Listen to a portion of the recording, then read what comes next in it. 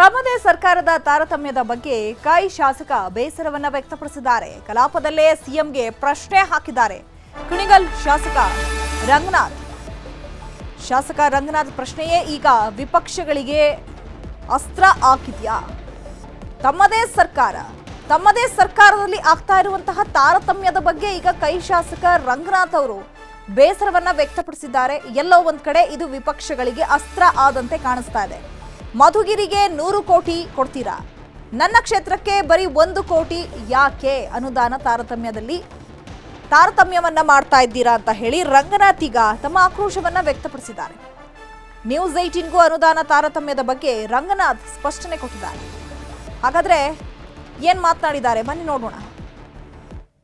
ಬೆಳಗಾವಿಯ ಸುವರ್ಣಸೌಧದ ವಿಧಾನಸಭೆ ಅಧಿವೇಶನದಲ್ಲಿ ಇವತ್ತು ಮುಖ್ಯಮಂತ್ರಿಗಳು ಮತ್ತು ಡಿ.ಕೆ. ಶಿವಣ್ಣದ ಆಪ್ತ ಶಾಸಕ ಎಂದೇ ಗುರುತಿಸಿಕೊಂಡಿರ್ತಕ್ಕಂಥ ಕುಣಿಗಲ್ ಶಾಸಕ ರಂಗನಾಥ್ ನಡುವೆ ಅನುದಾನ ವಿಚಾರದಲ್ಲಿ ಒಂದಷ್ಟು ಆಕ್ರೋಶದ ಮಾತುಗಳು ಬಂತು. ಈ ಆಕ್ರೋಶದ ಮಾತುಗಳು ಕುರ್ಚಿಯ ಕದನಕ್ಕೂ ಕೂಡ ಕಾರಣ ಆಯಿತು. ಈ ಎಲ್ಲದರ ಬಗ್ಗೆ ನಮ್ಮ ಜೊತೆ ಮಾತನಾಡಲಿಕ್ಕೆ ಸ್ವತಃ ಡಾಕ್ಟರ್ ರಂಗನಾಥ್ ಅವರಿದ್ದಾರೆ. ಡಾಕ್ಟರ್ ರಂಗನಾಥ್ ಅವರಿಗೆ ಎಲ್ಲೊಂದು ಕಡೆ ನಿಮ್ಮದೇ ಸರ್ಕಾರ ಆಯಿತಾ, ನಿಮ್ಮದೇ ಮುಖ್ಯಮಂತ್ರಿ ಉಪಮುಖ್ಯಮಂತ್ರಿ ಯು ಆರ್ ವೆರಿ ಪವರ್ಫುಲ್ ಅಂತ ಎಲ್ಲರೂ ಹೇಳ್ತಾರೆ. ಉಪಮುಖ್ಯಮಂತ್ರಿಗಳು ಅತ್ಯಾಪ್ತರಿದ್ದೀರಾ ಮತ್ತು ನಿಮ್ಮ ಕ್ಷೇತ್ರಕ್ಕೆ ಉಪಮುಖ್ಯಮಂತ್ರಿಗಳ ಒಂದೇ ಇಲಾಖೆಯಿಂದ ಸುಮಾರು 1,000 ಕೋಟಿ ರೂಪಾಯಿಯನ್ನು ಸ್ಪೀಡ್ ಕೆನಾಲ್ಗೆ ಕೊಟ್ಟಿರ್ತಕ್ಕಂಥ ಇಂಥ ಸಂದರ್ಭದಲ್ಲಿ ಅನುದಾನ ಕೊರತೆ ಅಂತೇಳಿ ಆಕ್ರೋಶದ ರೀತಿಯಲ್ಲಿ ಮಾತನಾಡಿದ್ರ ಉದ್ದೇಶ ಏನು ಅಂತ ಚರ್ಚೆ ಆಗ್ತಿರುವಂಥದ್ದು.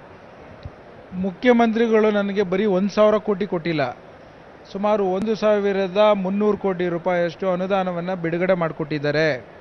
ಸೊ ಹಾಗಾಗಿ ನನಗೆ ಮುಖ್ಯಮಂತ್ರಿಗಳು ಸದಾಕಾಲ ಪ್ರೀತಿ ಮಾಡ್ತಾರೆ, ಆಶೀರ್ವಾದ ಮಾಡ್ತಾರೆ, ಪ್ರತಿಯೊಂದು ಹೆಜ್ಜೆಯಲ್ಲೂ ಅವ್ರು ನಿಂತಿದ್ದಾರೆ. ನಾನು ಕೇಳ್ತಿರೋಂಥದ್ದು ವಿಚಾರ, ಇದು DCC ಬ್ಯಾಂಕಿನ ಒಂದು ಸ್ಥಳೀಯ ಸಂಸ್ಥೆಗಳಲ್ಲಿ ಏನು ಕೃಷಿಯ ಸಾಲಗಳನ್ನು ಹಂಚುವಂಥ ವಿಚಾರದಲ್ಲಿ ಸ್ಥಳೀಯ ಸಂಸ್ಥೆಗಳ ಚುನಾವಣೆಯ ಮತದಾರರನ್ನ ರಕ್ಷಣೆ ಮಾಡೋಕ್ಕೋಸ್ಕರ ಎಲ್ಲೋ ಒಂದು ಕಡೆ ತಾರತಮ್ಯಗಳನ್ನು ರೈತರಿಗೆ ಆಗ್ತಿದೆ ಅನ್ನೋ ವಿಚಾರನ ಪ್ರಸ್ತಾಪ ಮಾಡಿದ್ದು. ಇಲ್ಲ ಒಂದಷ್ಟು ಚರ್ಚೆ ಆಯಿತು.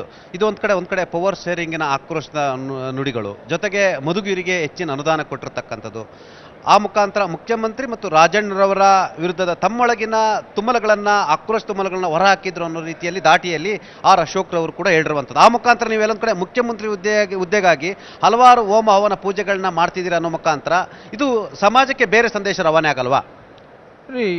ನಮ್ಮದೇನಿದೆ, ನಮ್ಮ ಸಂಸ್ಕೃತಿ ಪ್ರಕಾರ ನನ್ನ ತಾಲೂಕಿನ ಜನ ನಮ್ಮ ಸರ್ಕಾರಕ್ಕೆ, ಮುಖ್ಯಮಂತ್ರಿಗಳಿಗೆ, ಉಪಮುಖ್ಯಮಂತ್ರಿಗಳಿಗೆ, ರೈತರಿಗೆ ಒಳ್ಳೆಯದಾಗಲಿ ಅಂತ ಪೂಜೆ ಮಾಡಿರೋಂಥದ್ದು ಸಹಜ.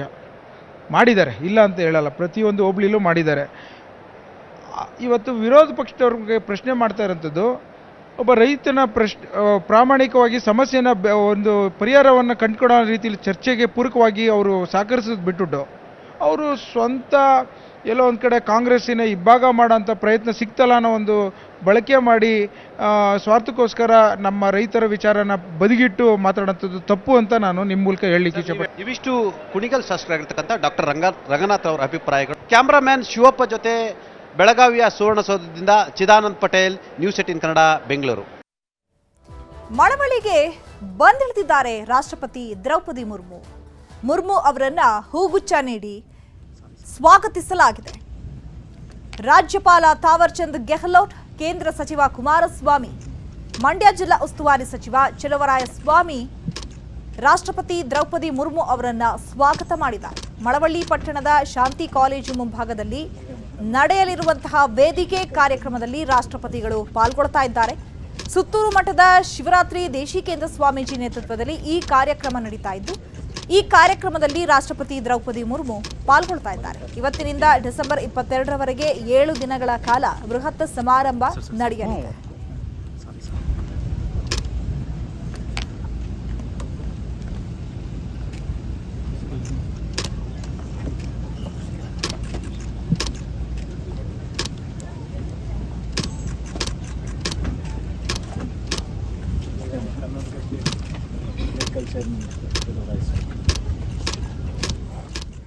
ಇವತ್ತಿನಿಂದ ಡಿಸೆಂಬರ್ 22ರವರೆಗೆ ಕಾರ್ಯಕ್ರಮ ಇರುತ್ತೆ. ಹಾಗಾಗಿ ಮಳವಳ್ಳಿಗೆ ಬಂದಿಳಿದಿದ್ದಾರೆ ರಾಷ್ಟ್ರಪತಿ ದ್ರೌಪದಿ ಮುರ್ಮು ಅವರನ್ನ ಇವಾಗ ರಾಜ್ಯಪಾಲ ತಾವರ್ಚಂದ್ ಗೆಹ್ಲೋಟ್, ಕೇಂದ್ರ ಸಂಸದ ಕುಮಾರಸ್ವಾಮಿ ಅವರು ಹಾಗೆ ಚಲುವರಾಯಸ್ವಾಮಿ ಅವರು ಕೂಡ ಅವರನ್ನ ಪ್ರೀತಿಯಿಂದ ಬರಮಾಡ್ಕೊಂಡಿದ್ದಾರೆ.